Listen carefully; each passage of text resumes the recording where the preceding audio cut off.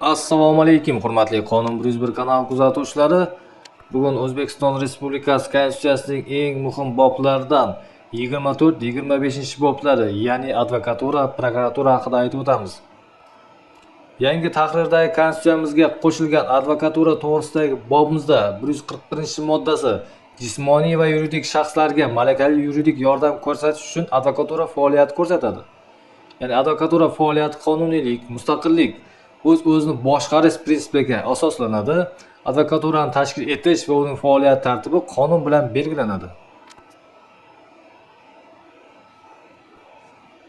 142-moddamizda advokat o'z kasbiy vazifalarini amalga oshirayotganda ularning faoliyatiga aralashishiga yo'l qo'yilmaydi.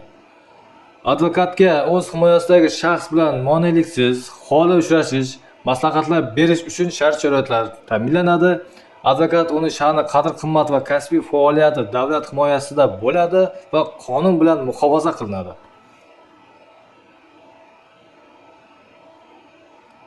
Prokuratura to'g'risidagi bobimizda 143-moddasi, demak, O'zbekiston Respublikasi hududida qonunlarni aniq va bir xil bajarish ustidan nazoratni amalga oshiradi. Ya'ni bosh prokuror va unga bo'ysunuvchi prokurorlar tomonidan.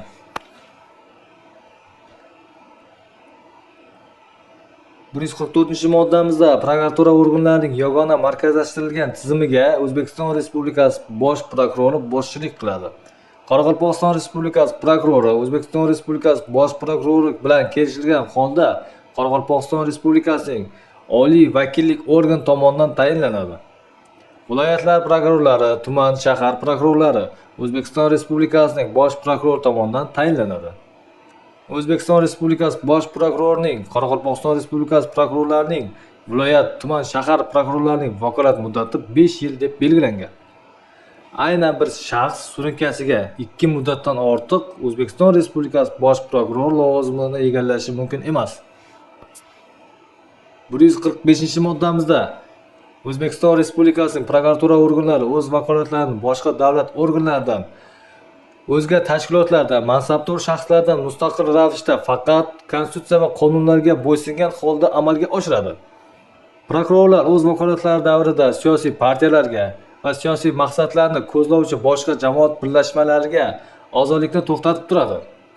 Prokuratura organlarini tashkil etish, ularning vakolatlari va faoliyat ko'rsatish tartibi qonun bilan belgilanadi.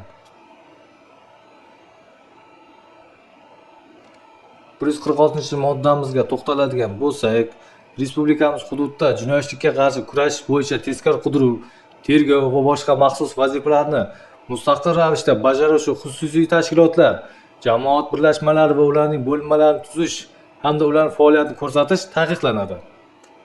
Qonuniylik va huquqiy tartibotni, fuqarolarning huquqlari va erkinliklarini himoya qilishda huquqiy muhofaza qiluvchi organlar, jamoat tashkilotlari va fuqarolarning yordami ko'rsatishi mumkin. Shu bilan bugungi videorolikimiz tugadi. E'tiboringiz uchun rahmat.